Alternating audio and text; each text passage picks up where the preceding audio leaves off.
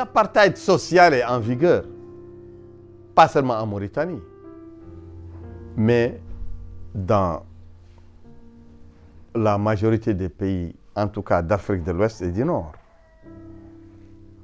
Il y a un apartheid social rigide contre les personnes d'origine servile ou considérées comme telles.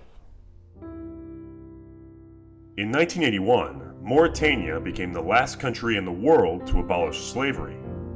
Even without chains, however, modern slavery persists there due to weak laws and rare criminal prosecution. Today, the subjugation of black Mauritanians by their Arab Moor counterparts continues, but one man is trying to change that.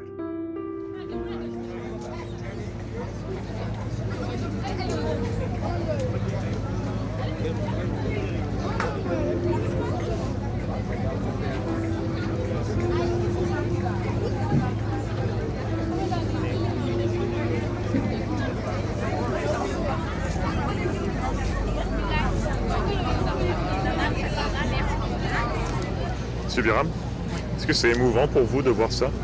Absolument. Ça vous fait quoi? Ça me plonge dans le désarroi, l'inquiétude, le stress, le désespoir, la désespérance des millions de gens qui ont passé par cette porte de l'allée sans retour. De millions de personnes impuissantes, arrachées à leur terre, à leur dignité, à leur famille, à leur environnement social, géographique et culturel d'une manière brutale, violente, sauvage, maîtrisée de la manière la plus barbare, internée de la manière la plus barbare ici, dans ce cachot, cette maison des esclaves, et embarquée vers l'inconnu, sans aucune dignité, sans aucune humanité, sans aucun soin indispensable à la vie pour un être humain. Voilà, je suis plongé dans cette situation. Absolument. Révoltante, qui ne cesse de me révolter. Est-ce que du vrai progrès a été fait depuis ces temps-là? Non. Du progrès a été fait, mais pas du vrai progrès. Je constate malheureusement que l'homme noir, l'Africain, l'Afro-Américain, l'Afro-Arabe, l'Afro-Européen, l'Afro-Asiatique continue à subir le joug du racisme sous plusieurs formes, continue à subir le ressenti qu'ont les autres races contre les peuples noirs, contre la race noire. Les racistes qui sont un peu partout ne nous ont pas donné d'autre choix que de se focaliser sur la race.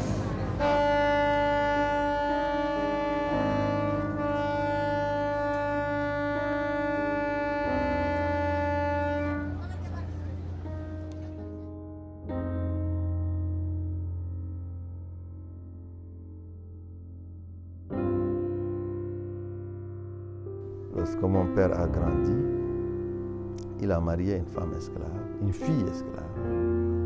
Mais lui, il partait à Dakar en ce moment, c'était les années 40. Dakar était la destination de l'immigration des Africains. À l'époque, ce n'était pas l'Europe, c'était les 4 communes de Dakar. Bon, mon père a dit que dans ce cadre, il faut prendre ses enfants et le juge a encore décidé que l'esclavage se transmet par la ligne de la mère, étant donné que la mère des enfants de mon père est esclave, donc ses enfants sont automatiquement esclaves. Et mon père a été débouté du droit de père, c'est pourquoi il a été dépossédé de sa famille. il était parti très amer après avoir porté plainte chez le commandant français, qu'il a rabroué, qu'il a renvoyé. Il a renvoyé mon père, lui a dit que la France ne s'immixe pas dans les lois locales des musulmans. Et mon père m'a dit, lorsque j'avais 10 ans, à l'occasion de cet incident, lorsqu'il m'a dit, je t'ai mis à l'école pour te battre contre l'esclavage, parce que l'esclavage m'a tout pris à moi. Et je veux que tu saches qu'est-ce qui se trouve dans les livres des musulmans qui légitiment l'esclavage. Est-ce que c'est la vérité? Je veux aussi que tu apprennes les lois des Français et des Blancs qui ont autorisé aux maîtres de vendre mes enfants et mon épouse. Et depuis lors, moi, j'ai promis à mon père que je ferai tout contre l'esclavage. Et depuis lors, je pourfends l'esclavage en tout lieu, en toutes circonstances. Je cherche à l'apprendre, à le connaître et à l'éradiquer.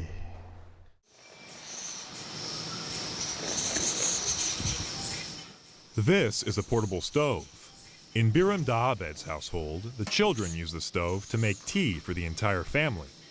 They methodically heat water and herbs in a small tea kettle, pouring out the tea for everyone's enjoyment. Sometimes, however, when the water boils and the heat rises, the pressure bubbles up and overflows to a level that is simply too much for the small tea kettle to bear. Such was the case in the year 1989, when the Arab-led Mauritanian government expelled around 70,000 ethnic black Mauritanians, stripping them of their lands, their papers, and all their documentation, as well as any proof of identity, which they have still been unable to redeem to this day. One Mauritanian woman, Kenofai, works in the Initiative for the Resurgence of the Abolitionist Movement in Mauritania, or IRA, which Biram founded in 2008. Kenofai was 7 years old when she was forced to flee Mauritania to nearby Senegal. For her, going on the run has had a lasting impact, as she explains here in a mix of French and her native Pula language. Avant ça, j'avais une sœur, Oumi. Elle est enceinte, elle aussi. Elle a mis une autre enfant de 2 ans. Elle est quittée ici pour partir à mon village, Fondou. Quand ils sont juste là aussi, les policiers sont tirés et elle est morte. Elle est morte dans l'eau.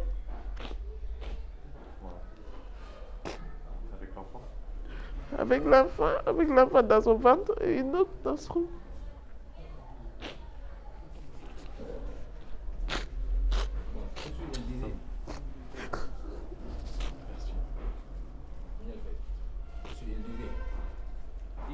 Comment son intégration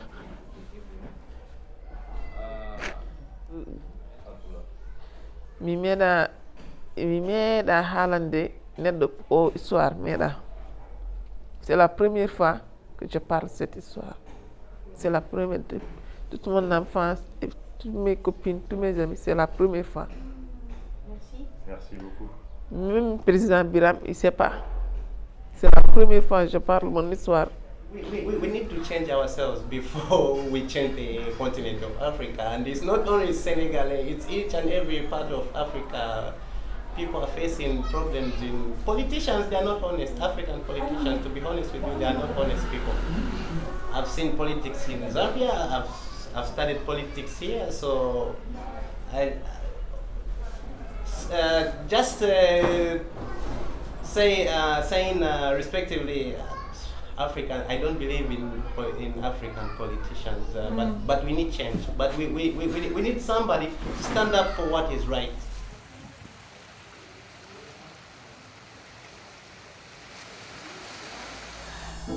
Je m'appelle Fatima Bangora. Je suis née à Nouakchott. Quand j'ai su que je ne pouvais pas me présenter au baccalauréat, alors je me suis réfugiée ici à Dakar pour l'espoir de continuer les études. Ceux qui avaient la même situation que moi, bon, d'autres vendaient des beignets, D'autres sont devenus des mécaniciens. D'autres faisaient maintenant la tâche ménagère. C'est devenu chronique sur certaines familles, sur certaines ethniques. C'est devenu chronique. Parce que voilà, mon enfant devient un maçon, encore mon petit enfant, encore et encore. Donc voilà, c'est une chaîne quoi. Donc ceux qui gouvernent revoient la Constitution, revoient la loi, et puis qu'ils cessent de voir les Noirs comme des esclaves, de voir les Noirs comme des ordures. Ça, c'est une discrimination pure et dure. C'est du racisme, mais c'est pas normal. Since its inception in 2008, IRA has worked under Biram's guidance to assist disavowed Mauritanians worldwide, with branches forming in several European and African countries. Il y a l'esclavagisme africain, l'esclavagisme interafricain. Et les élites ont toujours voulu idéaliser l'Afrique, idéaliser les sociétés africaines. Alors qu'il y a des Africains qui sont les bourreaux d'autres Africains depuis la nuit des temps jusqu'à nos jours. C'est pourquoi il y a des castes constituées en Afrique. En Mauritanie, au Sénégal, en Gambie, en Guinée, au Mali, au Niger, au Burkina Faso, au Tchad et ailleurs. After receiving the 2013 United Nations Prize in the field of human rights, Biram visited the United States in 2016 to formally accept the State Department's HERO Award for advancements in the fight against human trafficking. Alice Bullard is a lawyer in Washington, D.C. She has traveled to Mauritania on several occasions. At Biram's request, she spearheaded IRA USA, the organization's American chapter. ICE started deporting people who'd come to the United States in search of refuge from gross human rights violations. And among those were people of Black Mauritanian descent living currently in Ohio and Kentucky. These populations were targeted and a good number deported back to Mauritania, where they weren't welcome because they don't have citizenship cards. And so, they're being deported basically back into prison. Nous, on a soif. Il y a une demande d'alternance de classe. If you're going to put funding into Mauritania, because a lot of times that's what people will recommend, development funding, right? The problem is that if you take an unequal situation, which is overtly racist, and you feed money into it, you're going to get the people who are subjugating other people, they're going to get more power, and the subjugated are going to get less power. So since the 1960s in Mauritania, this is precisely what happened, since they started getting World Bank loans. À toutes les étapes, ce sont ces élites aristocratiques qui étaient au pouvoir, qui étaient sur le devant. IRA USA punched way above its weight when in the struggle to get Biram and the vice president of IRA out of jail. Nous avons nos moyens, qui sont des moyens pacifiques qui ont été utilisés par des hommes comme Martin Luther King et Mahatma Gandhi, par des institutions comme Amnesty International. Voilà, ces institutions sont des institutions et ces personnes sont des personnes qui nous inspirent. We made partnerships with major international organizations at that point, including Amnesty in West Africa. Ali Yuntine was a mainstay of Amnesty International, working as its regional director for West and Central Africa before founding the African Meeting for the Defense of Human Rights, known as l'ARADO. Nous avons eu la reconnaissance de l'esclavage et de la traite négrière comme crime contre l'humanité. Lors de cette conférence aussi, parce que quand il y avait des conflits aussi qui pouvaient, disons, dégénérer, on a toujours été en Mauritanie, je me rappelle, pour quand même créer le dialogue entre l'opposition et le pouvoir en Mauritanie. C'était très difficile. La Mauritanie est un pays qui a un rôle important sur la scène islamique parce que il y a beaucoup d'érudits mauritaniens dont le savoir a rayonné bien au-delà de la Mauritanie et beaucoup de gens de la sous-région ont instruit les sciences islamiques, ont appris les sciences islamiques ici en Mauritanie. Donc dans le domaine des stratégies idéologiques de lutte contre le terrorisme, je pense que le rôle de la Mauritanie est central. Et je pense que militairement aussi, le rôle de la Mauritanie est central. Ici dans le Sahel, qui est le ventre mou du monde entier concernant le terrorisme. While this documentary was filmed in Dakar, Senegal due to heavy U.S. travel restrictions, Biram believes that Mauritania is more than meets the eye. To him, his homeland has a great deal to offer on the world stage, from an abundance of natural resources to plentiful fishing areas. Je pense que c'est beaucoup de ressources pour un lendemain meilleur pour tout le Sahel. Voilà mes enfants. Oh là là. Oh là là. Oh là là. Voilà l'outil. L'outil طلعي. عمو. Oui. Oh là là. سلموا. Chief among Biram's daily pursuits is his family, which resides peacefully in Dakar's middle-class neighborhood of West Foire, in order to avoid the unrest that Biram sometimes faces back home in the Mauritanian capital of Nouakchott.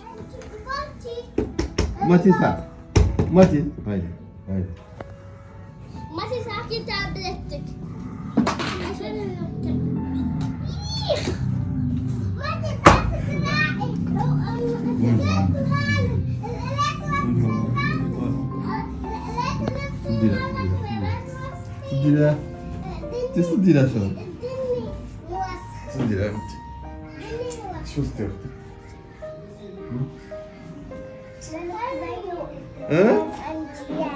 كرايون كانت كنتي بتاعي بالكريون ايوه شو ساترويه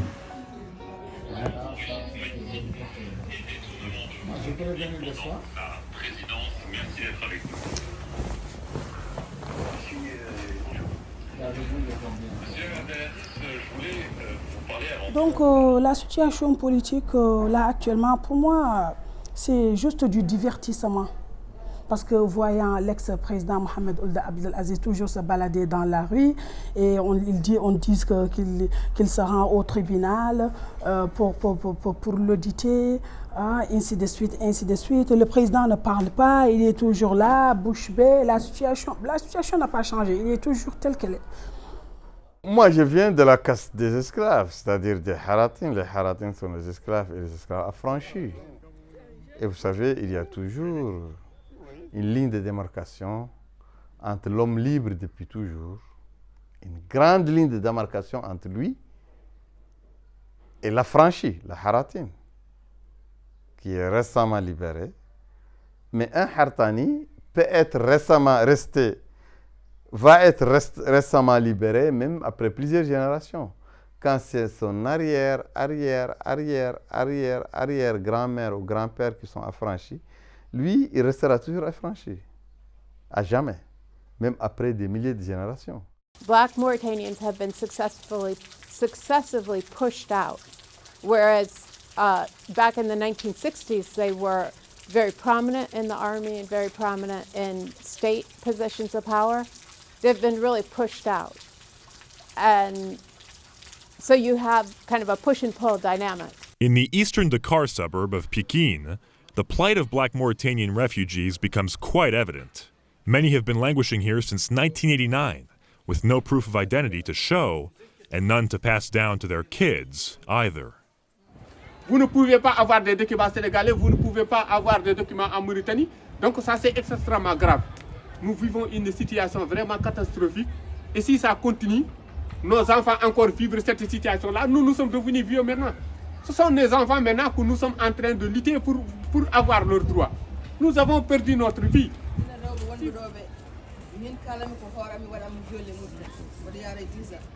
Donc elle dit qu'elle parle à son nom personnel. Elle a été violée à l'âge de 10 ans en Mauritanie.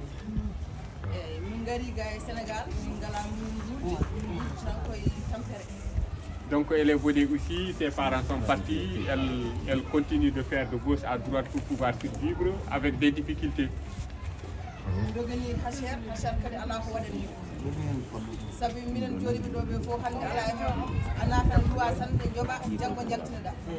Donc comme l'autre l'a dit, aujourd'hui tu es dans une maison, demain tu ne peux pas payer la location, on te fout dehors avec tes bagages et ta famille.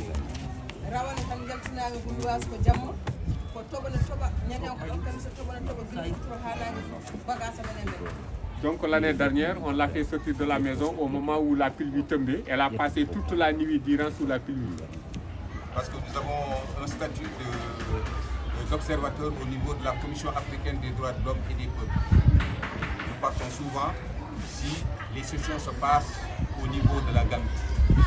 Parce que, à part ça, nous ne pouvons pas nous rendre dans les autres sessions parce que nous n'avons pas de titre de voyage, parce que les gens se nous montraient qu'est-ce qu'on avait comme document. Nous n'avons pas de titre de voyage et là, il nous est impossible peut-être de pouvoir participer à toutes les sessions de la Commission africaine des droits de l'homme. À ce moment, je suis là, ici, sans nationalité. I am here without any nationality. J'habite le sud de Mauritanie, en face du Sénégal, au fleuve. Je suis arrivé en France le 20 octobre 2008. J'ai fait une demande d'asile. Le Doban, ça n'a pas été marché. Le pays est malade. Comment le pays est malade? Au niveau de recensement. Aujourd'hui, nous, nos gros Mauritanie, on a beaucoup de difficultés. L'État Mauritanie, il est en train de nous excuser au pays à cause de notre couleur. Avec Biram, il faut être prêt, la prison, la mort, se bastonner, incarcérer, et tout. Il n'y a pas de prix. Mais quel prix? Le prix, c'est-à-dire le prix à payer, ou le prix, c'est de s'imprégner de notre liberté à 100%. C'est vraiment se sentir soi-même, se sentir noir et fier d'être mauritanien. Je suis fier d'être un Haratin qui voit ses difficultés, les embûches, qui voit le regard dédaigneux que lui impose la société, qui s'en révolte et qui se bat avec les normes de pacifisme, de justice, de dignité et de courage. Je suis fier d'être ce genre de Haratin. For fellow Mauritanians Biram and Alioune, peaceful dialogue is the key to long-term progress. La dernière fois, il était même avec le président suprême de Amnesty. Exactement. Il est venu à la maison. Exactement, on est passé chez lui. 1 heure après la libération. Wow. Donc vous avez un effet. J'avais ça avec, j'avais quand même ces bons rapports avec Aziz. C'est pour ça que j'ai dit quand même, quand il est en prison, j'irai là-bas pour lui dire, je suis venu te voir en prison. Voilà, te voir, t'écouter. C'est votre rôle, président. Oui. Voilà, Ghazouani aussi, j'ai dit, je ne vous ai jamais vu, je viens vous présenter mes félicitations. Parce que moi, je suis mauritanien. Tu sais, de par ma mère est née à Alec. Non, c'est important que toute la sous-région sache que là où vous avez accédé, que c'est dans l'intérêt de la stabilité. Absolument, tout à fait. Et que vous ne laissez aucun problème à... Exactement, en suspens, exactement, tout à fait.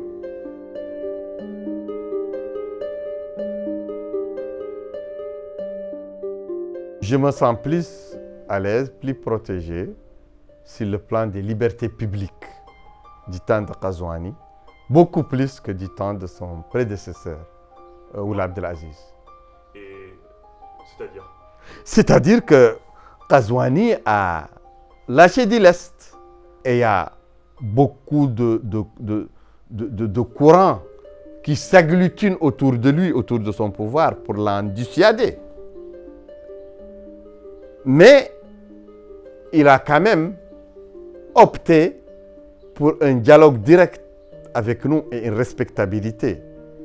Il a opté pour le non-recours à la prison, le non-recours à la répression, le non-recours à la violence, à la torture, à la répression systématique qu'adoptait son prédécesseur. C'est ça le changement. Biram and former President Mohammed Ould Abdelaziz are political adversaries. At one point in 2012, Biram faced the death penalty under Aziz's rule, but he was ultimately freed from death row thanks to international pressure. Biram has been imprisoned 4 times, most recently in 2018. Nonetheless, he seeks ethnic harmony and coexistence, challenging the status quo. On combat les dérives de l'arabisation, mais pas l'arabisation elle-même. L'injustice qui est liée à l'arabisation, c'est celle-là qu'on combat, mais libre aux gens d'être arabes. Et libre à l'État mauritanien aussi de donner une part importante à l'arabe dans ses programmes. Mais il ne faut pas aussi imposer une identité par décret à des gens qui ont leur propre identité linguistique, sociale, culturelle et ethnique.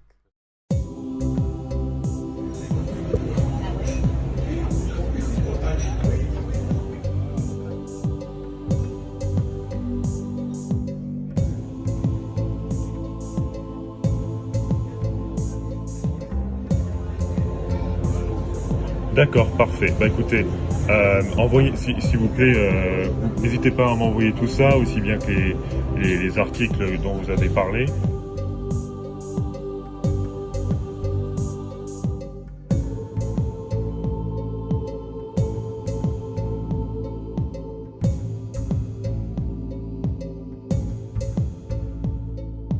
Connaissant sa personnalité et connaissant la mienne, je pense qu'on peut s'affronter politiquement, un affrontement à mort, mais sur le plan personnel, on peut rester des gens qui coopèrent pour le bien de la Mauritanie, dans tous les cas de figure.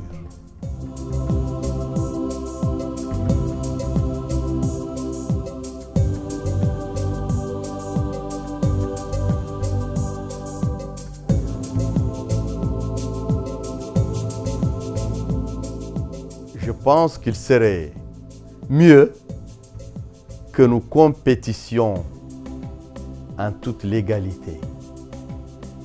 Et je pense que ce n'est même pas, c'est pas seulement bon pour nous, mais c'est bon aussi pour le pouvoir.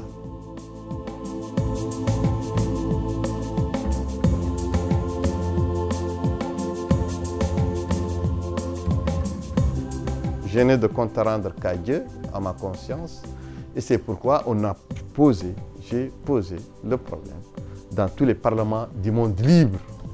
Parlement européen, Sénat américain, Parlement canadien, allemand, italien, partout.